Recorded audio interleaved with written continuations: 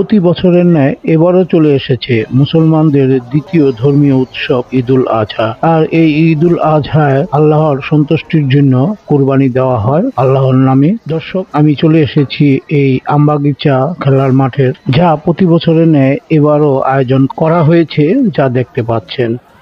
আসসালামু আলাইকুম দর্শক, দেখতে পাচ্ছেন আমি চলে আসছি আমবাগিচা গরুর হাটে।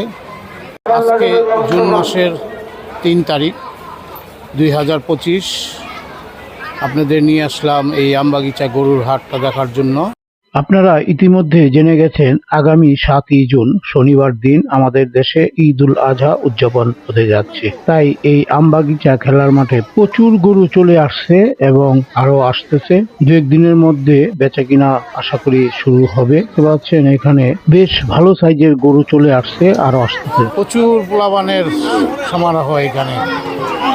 এই আগানাগরবাসীর চাহিদা মিটিয়ে কেরানীগঞ্জের আশেপাশের বহু এলাকা থেকে এখানে চলে আসে এই কুরবানির পশুটি সংগ্রহ করার জন্য।